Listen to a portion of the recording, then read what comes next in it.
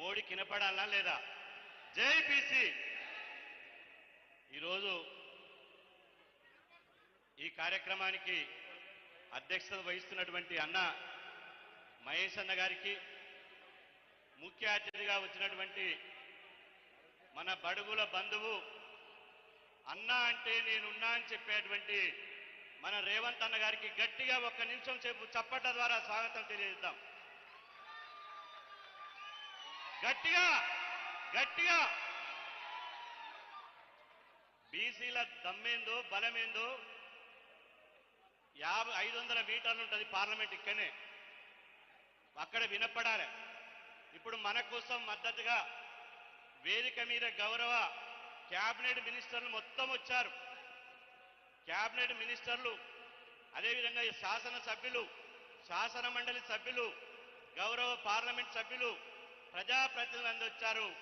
వాళ్ళు కేవలం మన కోసమే వచ్చారు కాబట్టి వాళ్ళకు కూడా చప్పట ద్వారా ప్రత్యేకంగా ధన్యవాదాలు తెలియజేద్దాం. సోదరులారా, ఈరోజు ఢిల్లీ గర్జన మోడీ గుండెలకు దాకుతుంది.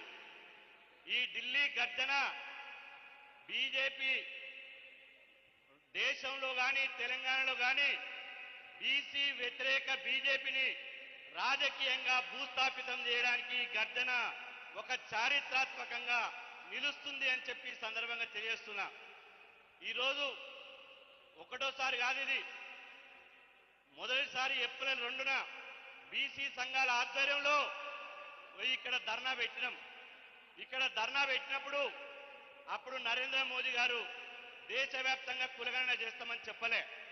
ఎప్పుడైతే మనం ధర్నా పెట్టామో ఆ ధర్నాకు రేవంత్ అన్న వచ్చిండో, ఆ తర్వాత గౌరవ పార్లమెంట్ సభ్యులు వచ్చిండ్రో, నరేంద్ర మోదీ గారు దెబ్బకు దిగొచ్చి ఆయన దయ్యం వదిలి దేశవ్యాప్తంగా కులగణన చేస్తామని చెప్పిండు. అది కేవలం మన పోరాట విజయము అని చెప్పి, అది రేవంత్ అన్న తెలంగాణ ప్రభుత్వం ఇవాళ ఒత్తిడి వల్లనే జరిగిందని చెప్పి సందర్భంగా తెలియజేస్తున్నా. ఈరోజు ధర్నా ఎందుకు చేయాలి? ఢిల్లీ దాకా దాదాపు 1800 కిలోమీటర్లు 36 గంటలు జర్నీ చేసి వచ్చినాం.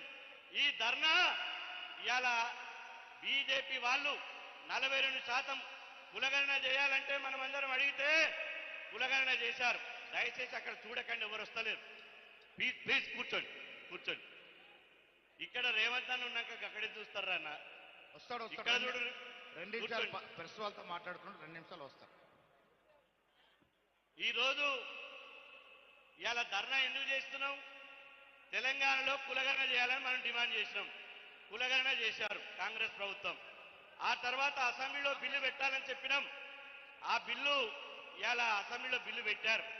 ఆ తర్వాత మనం ఇవాళ స్థానిక సంస్థల ఎన్నికల్లో కానీ విద్యా ఉద్యోగాల్లో కానీ 42% రిజర్వేషన్ పెట్టాలని ప్రభుత్వాన్ని డిమాండ్ చేస్తే అసెంబ్లీలో బిల్లు చేసి ఆ బిల్లును పోయి ఢిల్లీకి పంపించారు. ఈ ఢిల్లీకి పంపించి ఎన్నోలే ఏప్రిల్ 11వ తేదీన తెలంగాణ ప్రభుత్వం బిల్లు చేసి ఇక్కడ పంపించారు. అంటే 3.5 నెలలు దాటిపోయింది. 3.5 నెలలుగా బీసీ రిజర్వేషన్ల బిల్లు ఆమోదం తెలపడం లేదు. అది ఢిల్లీలో ఉంది. ఆ తర్వాత మళ్ళీ సరే ఈ 9th షెడ్యూల్లో పెట్టి ఈ బిల్లు చేయనట్టు ఈ బీజేపీ దుర్మార్గులు కనీసం ఆర్డినెన్స్ తీసుకొచ్చి జీవో తీసుకొచ్చి బీసీలకు రిజర్వేషన్లు కల్పించాలని,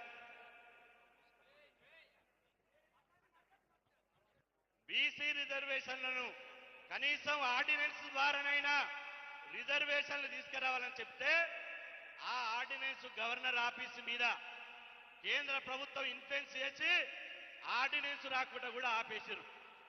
9th షెడ్యూల్లో పెట్టమంటే 9th షెడ్యూల్లో పెట్టనీయలే. ఆర్డినెన్స్ ద్వారా రిజర్వేషన్లను 42% పెంచాలంటే 42% రిజర్వేషన్లు పెంచనీయలే. ఇవాళ